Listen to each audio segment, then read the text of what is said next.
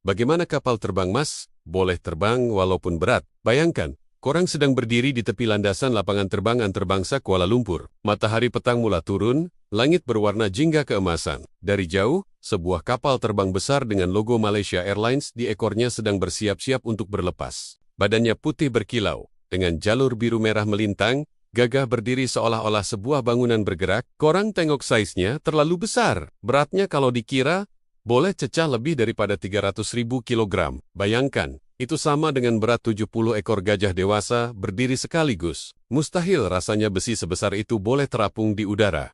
Enjin mulai hidup. Bunyi deruman menggegarkan dada. Asap halus keluar dari belakang. Perlahan-lahan kapal terbang itu bergerak ke hadapan. Pada mulanya perlahan, tapi makin lama makin laju. Tayar-tayarnya berputar deras di atas landasan yang panjang. Dan kemudian, dalam beberapa saat, sesuatu yang kelihatan mustahil berlaku di depan mata. Roda kapal terbang itu terangkat sedikit, hidungnya mendongak. Lalu, seluruh badan logam raksasa itu mulai terangkat dari tanah. Macam mana benda berat gila tuh boleh terbang? Soalan itulah yang sering kita tanya dalam hati.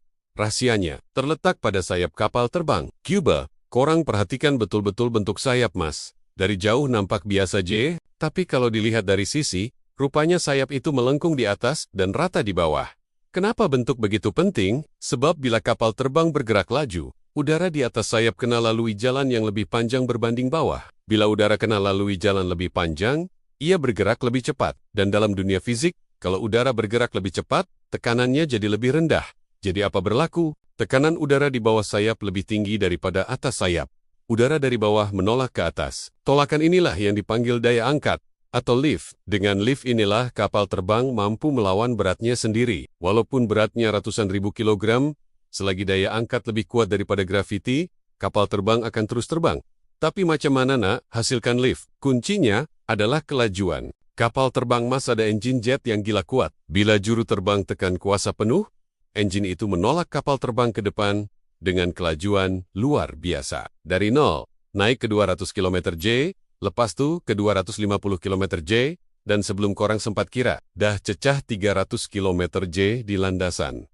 Pada kelajuan itu, sayap mula bekerja. Udara terpisah di atas dan bawah, tekanan berubah, dan perlahan-lahan, roda mula terangkat. Juru terbang tarik sedikit kawalan, muncung kapal terbang naik, dan boom raksasa besi itu meluncur ke langit biru. Tapi jangan ingat terbang ni mudah. Dalam penerbangan, ada 4 kuasa besar yang sentiasa bertarung. Pertama, lift yang menolak ke atas. Kedua, berat kapal terbang yang ditarik grafiti ke bawah. Ketiga, thrust, atau tolakan ke depan dari enjin. Dan keempat, drag rintangan udara yang kuba memperlahankan kapal terbang. Kalau lift lebih kuat dari berat gives kapal terbang naik. Kalau thrust lebih besar dari drag gives kapal terbang terus marah ke depan. Juru terbang sepanjang masa perlu seimbangkan 4 kuasa ini. Kalau salah kawal, kapal terbang boleh jatuh atau terhumban. Itulah sebabnya, latihan juru terbang Mas bertahun-tahun lamanya bukan sekadar tahu tekan pedal dan pusing stereng. Nak lebih mudah faham, Cuba korang buat eksperimen kecil. Pernah tak masa naik kereta?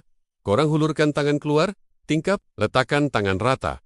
Kemudian ubah sudut sikit. Korang akan rasa tangan korang ditolak ke atas atau ke bawah oleh angin. Itulah prinsip yang sama digunakan oleh sayap kapal terbang. Cuma dalam skala yang jauh lebih besar. Tapi kapal terbang Mas, tak hanya bergantung pada sayap kosong. Ada banyak teknologi tambahan. Ada flaps di bahagian belakang sayap, yang boleh dibuka untuk tambah luas permukaan, semasa berlepas atau mendarat. Ada juga slats di bahagian depan sayap untuk bantu aliran udara. Dan hujung sayap yang melengkung ke atas, dipanggil winglets itu pula, untuk kurangkan drag, supaya minyak lebih jimat. Semua ini bergabung menjadikan penerbangan lebih stabil, lebih senyap, dan lebih selamat untuk penumpang. Bayangkan sekarang korang duduk di dalam kapal terbang Mas itu. Dari tingkap, korang nampak sayap besar memanjang, hujungnya berkilat kena cahaya matahari. Di bawah, awan-awan putih macam kapas bergerak perlahan. Di kokpit, juru terbang sedang mengawal. Mereka tak pegang stereng macam kereta. Mereka kawal permukaan kecil di sayap dan ekor. Aileron untuk condong kiri kanan, elevator untuk naik turun, dan rudder untuk pusing. Semua pergerakan halus itu bergabung untuk memastikan kapal terbang tetap stabil. Walaupun ribut atau angin kencang menolak dari pelbagai arah. Dan inilah keajaiban sebenar. Kapal terbang Mas boleh terbang bukan karena ia ringan, tapi karena manusia bijak menggunakan hukum fisik alam semula. Jadi, berat bukan penghalang. Selagi ada kelajuan, selagi ada sayap, selagi ada kawalan, kapal terbang sebesar bangunan pun boleh menari bebas di udara. Jadi lain kali bila korang naik kapal terbang Mas, duduklah di tepi tingkap. Perhatikan sayapnya. Tengok bagaimana flaps bergerak bila berlepas. Tengok bagaimana hujung sayap melawan angin. Inglah. Disitulah rahasia kenapa gajah besi seberat ratusan tan boleh meninggalkan bumi dan membawa kita merentas benua. Dan bila korang terfikir lagi, macam mana kapal terbang Mas ni boleh terbang walaupun berat? Jawabannya mudah. Kerana sains, kerana teknologi, dan kerana kepintaran manusia yang tahu membaca rahasia alam.